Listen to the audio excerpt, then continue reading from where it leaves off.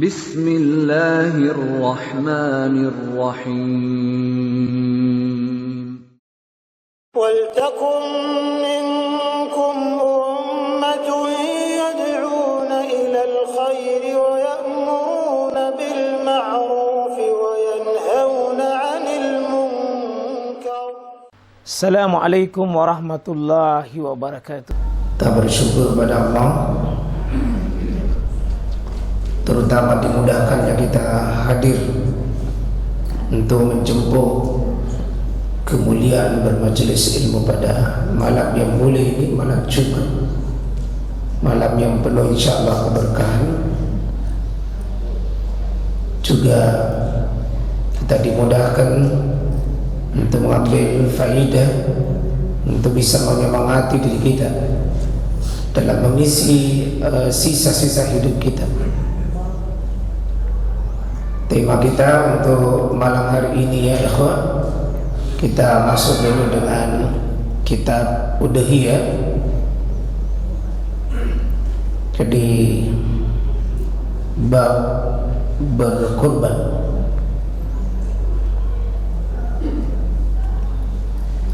Saya ingin memulai dengan sejarah berkurban yang mulia ini, yang kita menjadi dapatkan syariatnya, yakni dari Nabi Ibrahim alaihissalam. Ketika Allah menguji Ibrahim dengan berbagai ujian, wa izibtala Ibrahim rabbuhu bikalimatin fa'atammahun. Ketika Allah menguji Ibrahim dengan beberapa kalimat, menurut Imam Ibn Katsir ada 10 permintaan Allah kepada Ibrahim, dan Allah memberikannya bentuk perintah dan bentuk larangan. Apa kata Allah? Fa'atammahun. 10 ujian Ibrahim kepada dari Allah itu, Nabi Ibrahim semuanya mendapatkan nilai lulus. Bahkan fa'atammahun, lulus sempurna. Kita mau belajar ini, Pak, bagaimana seorang hamba menjawab soal dari Allah ketika diuji, lalu bisa diakui jawabannya itu sempurna.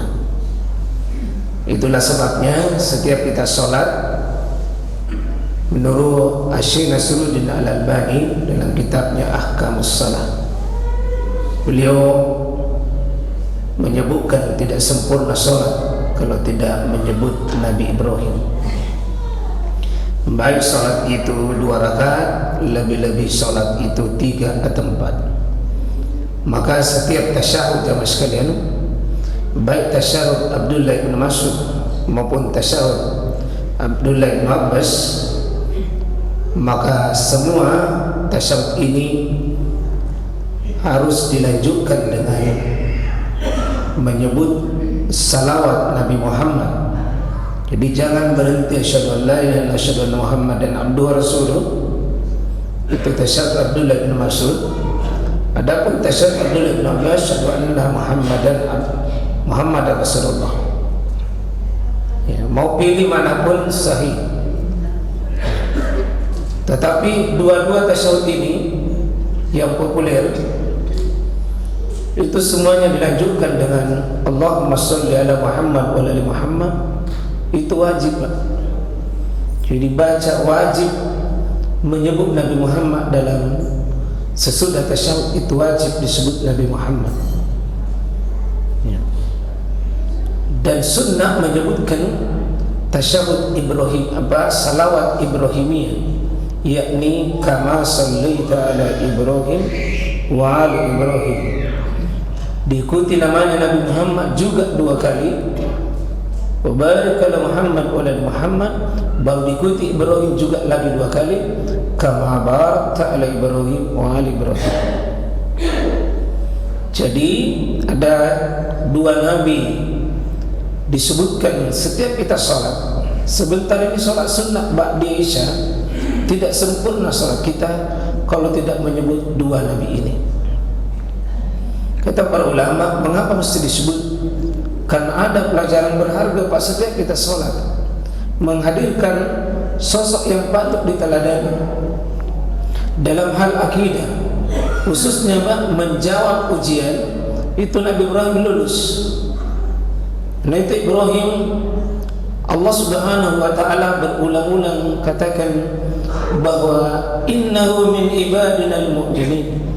Sungguh Ibrahim itu kekasihku yang sudah tidak diragukan keimanannya. Bahkan setiap perintah Allah datang kepadanya, beliau selalu mengatakan isqala lahu aslim.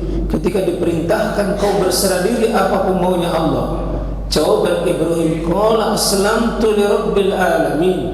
Saya berserah diri apa maunya Allah Subhanahu wa taala.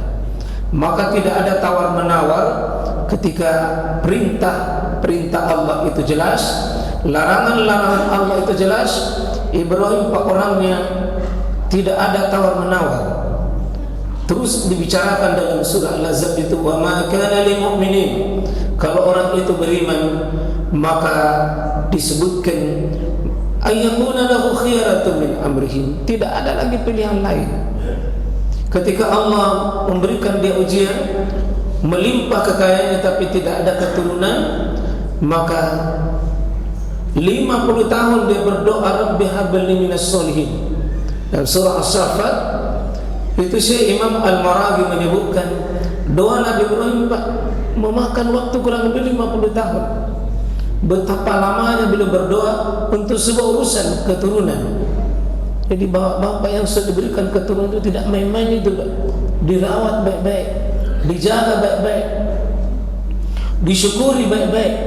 Nabi Ibrahim minta tidak sembarang keturunan, tapi Rabbi habli minas solihin. Berapa tahun baru dijawab? 50 tahun dengan Allah jawab wa basyarnahu bi gulamin halim. Tapi setelah datang keturunan itu, bukan malah Ibrahim bersenang-senang dengannya, tapi Allah perintahkan, inni azbauka fanzur maza tara. Nah, saya diperintah menyembelih lehermu. Kata Allah, Ibrahim, anakmu atau saya? Kau suka anakmu atau kau suka sama saya? Ya, ini ya siapa yang tidak suka anak kalau 50 tahun? Al-Maraghi lebih lanjut menjelaskan 99 tahun baru ada anaknya Ibrahim. Begitu ada anak Pak, suruh potong. Falamma aslama wa tallahu lil jabin, ketika dia baringkan di atas pelipisnya, maka Allah mengatakan, kada sadaqta ru'ya, sudah lulus, sudah berapa? Sudah lulus. Oh sudah. Inna hadza lahuwal bala'ul mubin. Ini cuma ujian saja. Jadi berkurban ini Pak, menyembelih, memotong hewan, itu cuma bala, cobaan keimanan kita. Diuji itu harta-harta yang kita kumpulkan setahun, Allah tes kita, cinta harta kita atau cinta sama Allah Subhanahu wa taala. Kalau orang beriman Pak, jangan pikir 2 jutanya, jangan pikir 10 jutanya, jangan pikir 15 jutanya. Bagaimana kalau anak tak disuruh potong? Itu orang beriman. Sangat tidak ada artinya 2 juta itu Pak. Bisa bapak cicil itu 5.000 satu hari, cukup itu 1 tahun. Lalu kita terlalu gigih memakai perhitungan di hadapan Allah atas nama tidak sanggup, lalu kita gampang berlindung, nanti bisa berkorban longgar-longgar Pak. Padahal siapa yang tidak punya uang di mana? Kira-kira 5.000 satu hari Pak, bapak tabung selama 1 tahun, cukup itu. Banyak Pak pemulung yang penghasilannya kasih 5.000, 7.000, dan simpan bisa.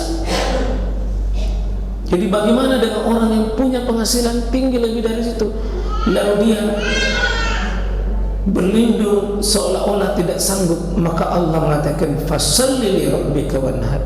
Buktikan syukurmu dengan sholat dan buktikan syukurmu dengan berkurban. Insyaallah Pak, sebelum kita membahas fikihnya, kita dulu niat dulu. Jangan lewat Qa'dah Zulhijjah ini sebelum kita berniat untuk berkurban. Saya melihat kalau urusan dunia kita begitu semangat luar biasa, tapi kalau urusan akhirat cerdas sekali menawar itu maunya Allah SWT. Seolah-olah kita paling pintar untuk berlindung daripada kebohongan hati kita di hadapan Allah SWT. Mari semua saya mengajak sekalian, ya, kita tidak bahas fikihnya dulu. Apa gunanya dibahas dagingnya, dibahas semua ini yang berkaitan kurban kalau tidak mendaftar? Daftar dulu baru dibahas. Sudah Pak? Sudah yakin, sudah berniat? Donon suara ini. Sudah yakin, sudah berniat?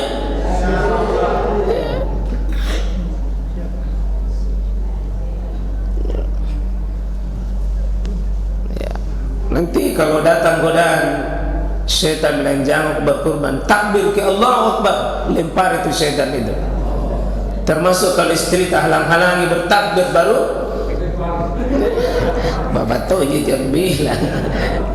Kalau suami tak bilang jangan pakai berkurban, maka harus bertakbir dan bujuk hatinya, jangan dilempari. Ya, di Mina itu Pak, pada saat orang mau dipotong itu Ismail ada yang melontar 3 kali. Jamaratul Aqabah, Ula dan Usta, karena itu gangguan syaitan. Pertama begini Pak, itu banyak dipikir. Saya dengar ini ada yang tarik kurbannya karena mau bayar SPP.